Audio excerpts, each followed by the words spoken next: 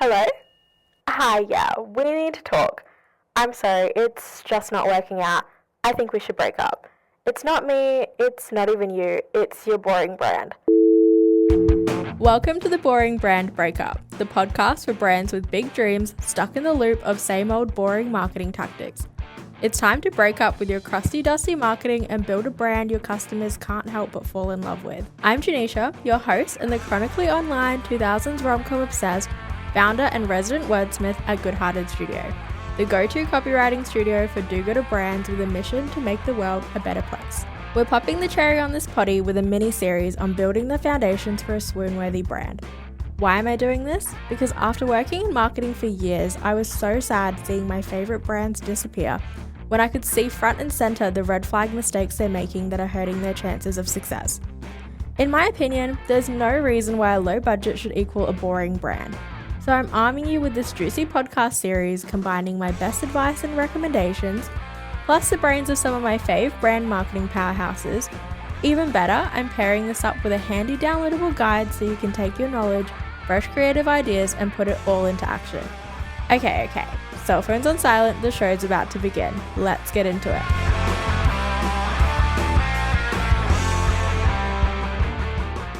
Let's start. I'll tell you a little bit about me. I've gone on plenty of first dates, so trust me, I've nailed my here's me and what I do down to a science. I'll keep this short and sweet so we can jump into the good stuff. I've worked in marketing for over 7 years. For context, I am only 25, so this is a long time. I've gone from working in-house to agency life, started a successful vegan waffle business along the way, and ended up here, helping amplify the voices of good-hearted brands who want to do good for people and the planet. I help brands find their voice and connect with their customers through the marketing language of love, copywriting. I never stop going on about the fact that you can have the best product or service in the world, but if the right people don't know about it or connect with your brand, you won't be able to make the positive impact that you're destined to, and that sucks. Too often, I've witnessed the most epic for-good brands come onto the scene with so much drive, excitement, and passion, but they get left behind from a lack of good marketing. It breaks my heart, especially because a lot of the time there are big red flag mistakes your brand might be making at a foundational level that I can see right from the get-go.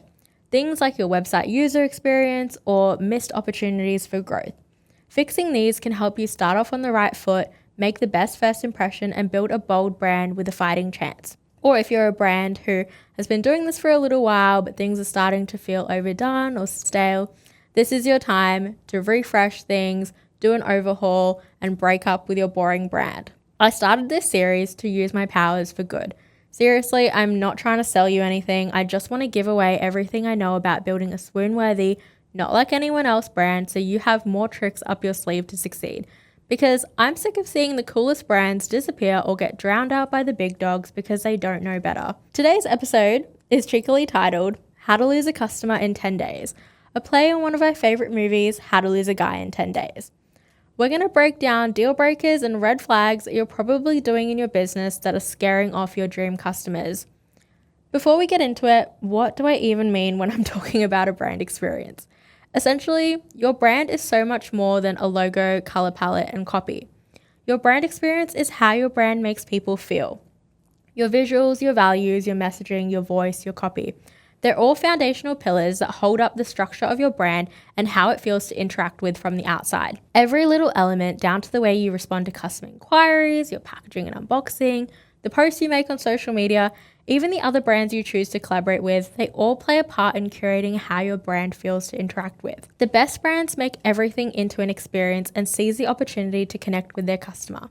Little love notes and surprises are what set apart the leading bold brands from the run-of-the-mill copycats. Now, this is a lot to think about, but having a cohesive brand that covers all these elements not only gives your business a better chance to succeed and stand out, but it actually makes it easier for you to understand who you're trying to connect with, who you are as a brand, and ensure everything aligns seamlessly.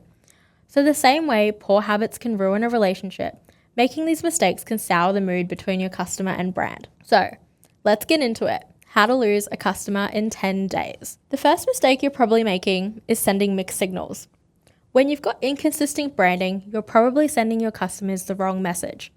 If your branding is very luxe, but you have a very laid back product and vibe that you're wanting to give, it's probably not the right match. If your customers can't get a good read on what type of brand you are, they don't know whether or not they can trust you, and they don't know what to expect. There are a lot of strategic elements that can come into play with all of these aspects, so you want to be really clear with what kind of vibe you're giving off, what kind of vision and values you have behind your brand underpinning every decision that you make, and making sure that that all translates through what you're putting out into the world for your brand. Another mistake that you're probably making is being forgettable. Let's be honest, are you boring?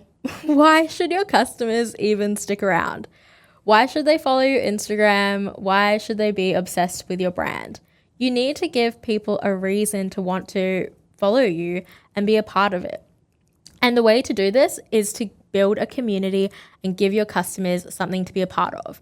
A lot of this comes down to building an emotional connection, building a bit of FOMO, so that people are excited about it.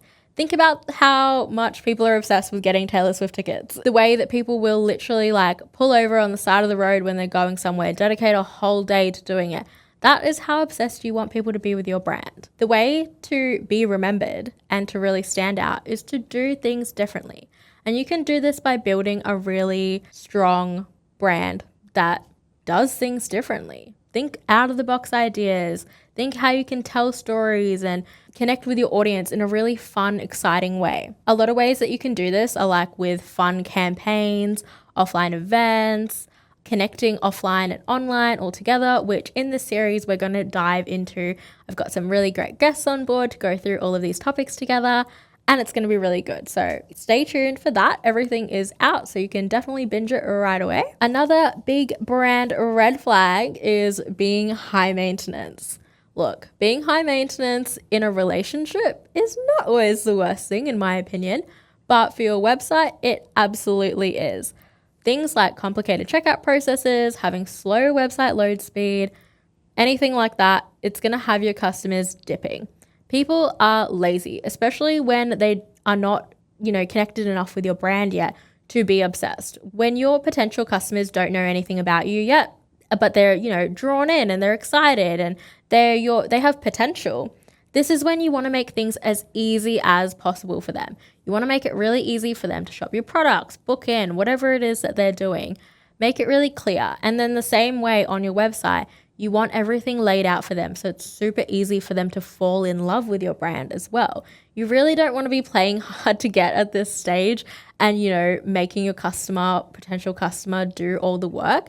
That's just not a vibe. And with that in mind, the second episode in this podcast series is about all things website user experience. So definitely tune into that episode because we will be chatting about some of the mistakes you might be making on your website, get some quick wins and actionable recommendations, how you can remedy this and have your website working hard for you. The fourth big red flag your brand might be making is being a stage 5 clinger. Are you overloading your new customers with push notifications and pop-ups and just being generally overbearing? Of course, when customers come to you, they're signing up to your mailing list and things like that. They are really excited about your brand. This is when they are interested. So you definitely still want to be selling to them at this stage and helping them get to know you, but you don't want to be annoying. They don't want to think that you are this pest that is really, all up in their face all the time. And they feel like they owe you something when it's just they really want to just be casual and non-committal at this stage because they're still getting to know you. And with this in mind, I can tell you a little brief story about myself when I once started seeing a guy who I had met off a dating app and we had hit it off and, we were having a good time, we were vibing, texting over a few days, we'd organized to go on a date, but we actually ended up seeing each other a few nights earlier on a little drunken adventure. I'd ended up at his place. And then over the next day or so, I started to feel like I was being ghosted. I was hearing back from him less, but in my mind, I was like, oh my gosh, who's ghosting me? And I wanted to up the ante because I didn't want to lose out on a good thing. So in a ton of events, I ended up going over to his house when he bailed on our date with a croissant. And when he still didn't want to hang out with me, I started crying. And this is a huge red flag because in my mind, what I thought was a sweet gesture. I was like, we're getting along. Why wouldn't he want to spend time with me? Like, I'm great. I was coming on way too strong, way too quickly. And from his perspective, he's like, I've only seen you once. Like, I'm not committed to you. And this is maybe a little bit more than what I signed up for. Kind of makes me want to run in the opposite direction. And this is the way that your customers might feel when they're just coming onto your page. Maybe they've followed you and all of a sudden they're being bombarded by having to be in a long-term committed relationship with you. Same way you wouldn't propose on a first date. Everything applies in the same way. You want to keep things fresh and exciting and definitely still give your potential customer opportunities to connect with your brand, but understand that not everyone is going to be cult favorite level obsessed with your brand right from the get-go. Like, it's going to take a little bit of wooing and seducing subtly on your side before that happens. And before you know it, you will have them falling in love. But you definitely don't want your brand to be being the equivalent of showing up on your customer's doorstep with a croissant and then crying in their living room when they don't want to shop from you. So let's not do that. We don't want to overwhelm people. And we don't want to be a stage 5 clinger and ruin what could be a good thing. The 5th potential deal breaker, red flag that your brand might be making is being the cheap date. Are you skimping out on packaging and small details? I am such a believer that small details, all the little things, they really count. So if you're skimping out on these areas, it's going to really hurt your customer experience. All those little details that come into things like unboxings and, surprise and delight things. And when you're on a website and there's a little love note or a message or something comes up and things feel more personalized and custom. When you sort of cut corners on those areas and you just opt for the generic run-of-the-mill, what everyone else is doing option, it's not going to do anything good for you. Like, yes, it's practical and it serves the purpose, but it's not going to have people talking about your brand. Like, it's not going to feel exciting. It's not going to give your customer something to be like, oh, that was really cute. Like, I loved that. And there's so much care that you can put into things like being really thoughtful with, your packaging. As a copywriter, like, I definitely really see the value in things like on your packaging, you can have cute creative copy on your thank you cards and instructional cards, like have things that really, enhance that customer experience when, they're using their product. Or the same way, if you're a service-based business, you want your onboarding elements to all be really personalized and custom. On your website, you can customize like your banners and your pop-ups and like checkout forms and things like that. And same with your email marketing, you can customize your purchase sequence, the order confirmation emails, and when your order's been shipped, and make everything just feel a little bit more exciting and personal. And that is what helps build a standout brand. And this is what separates the boring brands from the leading brands that you're looking up to. Yes, it might be a little bit more of an investment up front than you're willing to make, but these elements are what will really make your brand stand out and survive in the long term. Not just survive, to really thrive in the long term. My 6th huge red flag that I see brands making this mistake is being desperate. I know a thing or two about being desperate, but when it comes to marketing, it is absolutely so bad.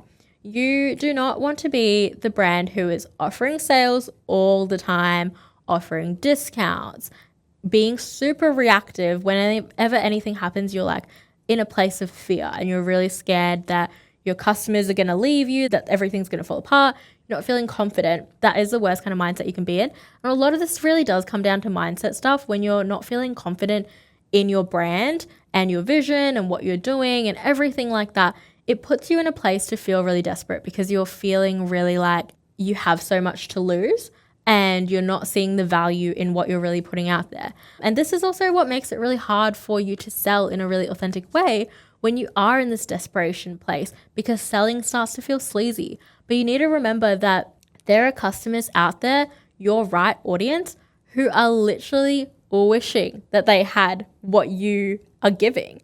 And, they're happy to pay for it because it might not seem like a problem that people have, but it definitely still serves a purpose.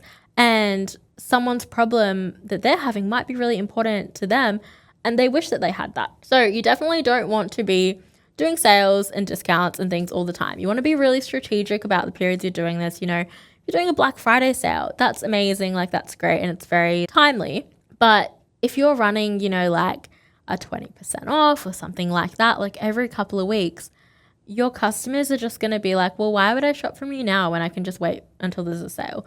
Like, unless that is very much part of your pricing strategy, which I wouldn't completely agree with, I really would not recommend doing this. Like, you want to be the brand that is standing confident in their pricing and what they're putting out there so that people can truly see the value in what they're paying. You know, when someone's really desperate and it just feels like it's reeking off of them. Like if you've ever gone to like a club on a night out and you can just tell the like guys that are reeking desperation on wanting to talk to you and you're really avoiding making eye contact with them because you're like, oh no, they're gonna like come over to me and like try and talk me up and I really don't want that. Versus someone who's like effortlessly cool. They're just like very chill. They're just there being a vibe. They're like very sure of themselves. That is so much more attractive. And that is the same way that you want your brand to come across. Another massive thing that will have you losing customers is forgetting your customers' love language. You really don't want to be ignoring the things that matter most to your customers, whether that's, you know, things like sustainability or quality, anything like that. You want to be really listening to your community, what they're saying, the same way you're a really thoughtful partner. You do need to be listening to what your partner wants because this is a two-sided street. This is not one way where you're just like putting your message out there. We are also listening to what our customers want and know that they are so valuable. They are everything to your business. So of course you should be listening to them, rewarding them, and just, you know, really thinking about what it is that they want and how you can do the most for them. So with that in mind, you want to do things like use your customer feedback to align what products, offers you're putting out there. Be really intentional about this. You can, you know, set up events. You can sort of set up like exclusive kind of VIP things where it gives your most loyal customers sort of like first-hand access to, you know, new product launches. And when you're building in public, they could maybe get to test things and have ambassador programs and things like that. This is so, so valuable and such a way to reward the people who are raving about your brand and like get them feeling really close to you. It's the same way as like, you know, an artist like Sabrina Carpenter or something. When she's launching like a new album, they'll have like a Spotify party and invite, you know, some of her like top fans and like biggest listeners to come to an in-person event. And like that is so fun and special for those people who are like, you know, the most obsessed with her. And it's like really all about those community elements. And these are things that you can apply to your brand as well and foster community and then weave that in with your socials and your different marketing channels and your content and everything like that and really maximize the reach. This leads me into my next big brand red flag, and that is playing favorites. I don't know how many times I see brands who over prioritize their new customers and neglect their existing community. It's like everything is about wooing and exciting new people to attract them in, but you're forgetting about the people who are there supporting you, loving your brand, and, you know, shopping from you already. They are your most valuable customers. They are your lowest hanging fruit. Like everyone says, it is so much easier to convert an existing customer into a repeat customer than to keep getting new. And of course, you want to still keep getting new customers and growing, but don't forget about the people who are there for you along the way and take them for granted. So you can do things like this by having like rewards programs and, you know, exclusive benefits and VIP elements and things like that for your loyal customers and the people who are already in your community and have already shopped from you. Think about when you're shopping from a new brand and you get the very generic, you know, welcome 10% off discount when you give your email and you're like, perfect, great, love it, and you've shopped from them. And then later, there's nothing. You want to shop from them again, but you don't get anything for being a repeat customer. So you might find yourself just using another email and signing up, like, again, to shop from them. But how much better would it be if that brand was rewarding you for shopping again, and it gives you a little extra incentive? And it's also so much easier because given that you're giving like a good experience to that customer, they're going to come back. It's going to be so much less work for you to get them to shop again, because if they already love your product, they're going to be like, wow, great, okay, easy peasy. It's just almost like a little reminder, just a little extra incentive. So definitely don't play favorites. You should be rewarding the people who are already in your community. Another huge mistake that brands make from the get-go is making a bad first impression. A big part of this comes into not having your socials set up properly, because your socials is a lot of the time the first touch point for customers with your brand. It needs to be perfect. Sometimes it's not even your website, because a lot of the time, if someone's heard about you, whether from a friend or anywhere else, the first thing they're doing is like checking out your Instagram, checking out your TikTok. Like they want to see what you're posting, what you're about. And if when they get there, it looks terrible, they're probably like, okay, it's not the brand for me. But this is, this sucks because it's just the outside not matching the inside. Because most of the time, you probably are that great brand. It's just your socials is not matching the vibes. Like if you're this very like luxe aesthetic brand, like if you were like a spa or something, for example, but when you go and look at your socials, it looks messy and sloppy and all over the place. As a consumer, I'm thinking like, oh, okay, I really like luxe spa experiences, but this is probably not the vibe for me because it's giving messy, it's giving overwhelming, and I really want to go somewhere that's calming and a nice vibe, and like I'm going to want to take a photo and put it on my Instagram, and this is not that because they're not putting any care into this. Versus if everything is super aligned, as soon as I land there, I'm like, yes, perfect. This is absolutely for me. It's making a perfect first impression because you don't want it to feel messy and confusing. So you really want to get clear on who you are, your vision, your values, and how you want to show up so that you can make sure that everything matches in that way and you can make a good first impression, a really strong first impression, and then keep that energy and momentum flowing through every touch point when a consumer interacts with your brand. And this leads me into my last brand deal breaker or red flag is not knowing yourself. The same way that we as humans need therapy, we need self-development to be our best selves and show up as our best selves and, attract the right opportunities and the right people. It applies the same way to your brand. Your brand is like a living, breathing person, and it should do the self-development work too, or you should do the self-development work for it to make sure that your brand can stand on its own 2 feet so that the vision is really clear. Knowing why this brand exists is really clear. Who you're trying to connect with and your target audience, all those moving parts, what their pain points are, what's important to them. It's so much more than just like the product or service that you're offering. That is not your brand. And it's so much more than just like, yep, I've got a logo, looks nice, chosen some cute colors, all good. And I've slapped a few words on my website and on the packaging and stuff. There's so much that goes into it. And when you're super, super clear on who your brand is and how you want to show up, everything just comes together in a really cohesive way. The right customers know, okay, this is absolutely for me. And you weed out all the people who you don't want shopping from your brand because, there are always going to be people out there who are looking for the cheapest option and they just want whatever's closest or easiest. But a lot of the time that probably isn't your target audience. Like there's a very niche kind of audience. And it doesn't mean those other people can't shop from you if they wanted to. But once you are very clear on the demographics, psychographics, buying behaviors of your ideal audience, getting all of that into your brand messaging makes it super, super easy for you to feel confident in your brand and also to align all the different ecosystem of your marketing efforts and have the best chance of success. It also means that in 3-6 months time, you're not going to look at your brand and be like, wow, this feels so not me.